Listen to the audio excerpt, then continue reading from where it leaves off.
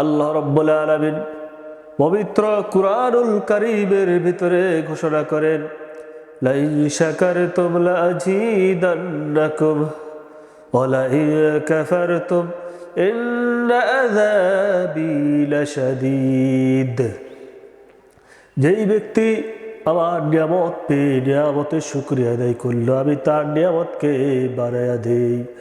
আর যেই ব্যক্তি আমার নিয়ামত পেয়ে নিয়ামতের শুকরিয়া আদায় করলো না, আমি তার থেকে নিয়ামতকে ছেড়ায় নেই এবং তাকে কঠিন আযাবে গ্রেফতার করি। অন্যতে আল্লাহ তাআলা বলেছেন, কাইফা তাকফুরুনা বিল্লাহি ওয়া কুনতুম আমওয়াতান ফাহইয়াকুম সুম্মা ইউমীতুকুম সুম্মা ইউহয়ীকুম সুম্মা ইলাইহি তুরজাউন। সমস্ত প্রশংসা আল্লাহ তাআলার জন্য, যে আল্লাহ রাব্বুল আলামিন আল্লাহ তাআলা কাফেরদেরকে উদ্দেশ্য করে বলেন, হে কাফেররা, কিভাবে আল্লাহ তাআলাকে অস্বীকার করো? তোমরা ছেলে মৃত, আমাদের কোনো অস্তিত্ব ছিল না। সেইখান থেকে আল্লাহ সুবহানাহু ওয়া তাআলা তোমাদেরকে জীবন দিয়েছে। আবার তোমাদের সকলকেই আল্লাহ তাআলার কাছে ফিরে আসতে হবে, প্রত্যাবর্তন করতে হবে। এই ভাইরা আবার, আমরা এই নিছক বিচা দুনিয়ার পিছনে যেন না পড়ি ইনশাআল্লাহ। এটা হলো ধোকার দুনিয়া, মরিচিকার দুনিয়া। এই দুনিয়ার মাঝে সকল কিছুই মনে হয়, এখানে আমাদের এরকমই মনে হয়, দুনিয়াটা মনে হয় যে চিরস্থায়ী, এরকমই মনে হয় আমাদের এখানেই চিরজীবন থাকতে হবে। কিন্তু কবরের মাঝে, কবর বলে একটি কথা রয়েছে, হাসর বলে একটি কথা কইছে, আখিরাত বলে একটি কথা রয়েছে।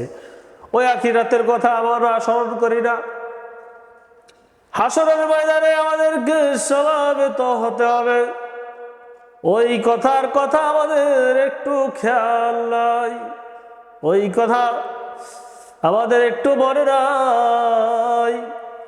শুধু টাকার পিছনে ছুটছি, শুধু গাড়ির পিছনে ছুটছি, বাড়ির পিছনে ছুটছি ভাইরা আমার। তাই মনে রাখবেন, আল্লাহ তাআলা ওই সমস্ত লোকদের ব্যাপারে হুঁশিয়ারি দিলেন, কাইফা তাকফুরুনা, হে অবিশ্বাসীরা, কিভাবে আল্লাহ তাআলাকে অস্বীকার করা। তোমরা ছেলে মৃত, ফাহইয়াকুম, অতঃপর তোমাদেরকে জীবন দেওয়া হয়েছে, সুম্মা ইউমীতুকুম, অতঃপর তোমাদেরকে মৃত্যুবরণ করতে হবে, সুম্মা ইলাইহি তুরজাউন, অতঃপর তোমাদের সকলকে আল্লাহ তাআলার কাছে প্রত্যাবর্তন করতে হবে। অনেকে ভাইরা আমার মনে করেন মৃত্যুর পরে আপনার কোনো হিসাব হবে না।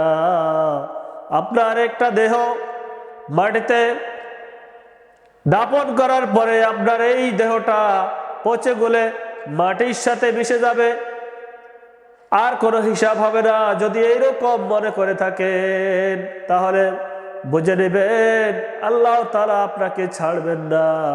আল্লাহ তাআলা আপনাকে আল্লাহ তাআলার কাছে ফিরে আসতে হবে। ফেরেশতারা পাকড়াও করবে, আল্লাহ তাআলার হুকুমে আপনাকে জিজ্ঞাসাবাদ করা হবে।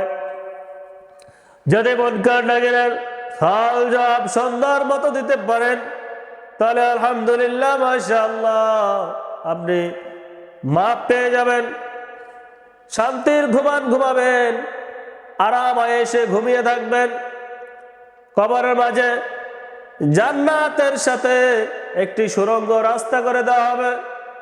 এই জান্নাতের রাস্তার সাথে, সুড়ঙ্গের সাথে জান্নাতের আরাম আয়েশ আপনার কবরে আসতে থাকবে, মিশতে থাকবে। জান্নাতের আরাম আয়েশ আপনার কবরকে সুসজ্জিত করে দেবে, জান্নাতের পোশাক পরিধান করে দেওয়া হবে।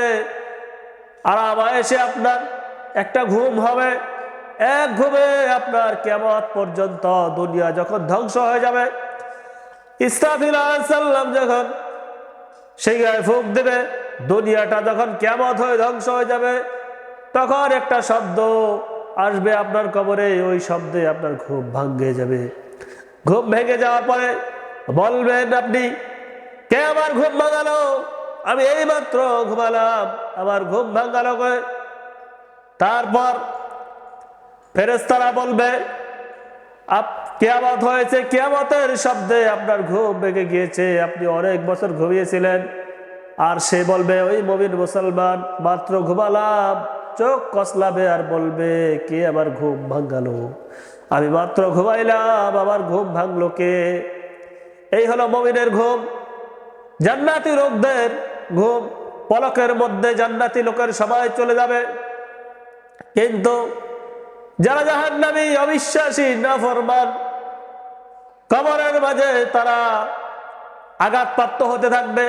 ফেরেশতারা একের পর একটা দণ্ড দিয়ে আপনাকে মারতে থাকবে, পা থেকে মাথা পর্যন্ত সারা শরীরে আঘাত করতে থাকবে। জাহান্নামের আগুন এসে ভরে যাবে, সব এসে ধ্বংসন করতে থাকবে। এসবের জ্বালা সইতে পারবো না। ইনশাআল্লাহ, আল্লাহ তুমি আমাদেরকে মাফ করেন। নাউযুবিল্লাহ, আল্লাহ তুমি আমাদেরকে মাফ করেন। আল্লাহ।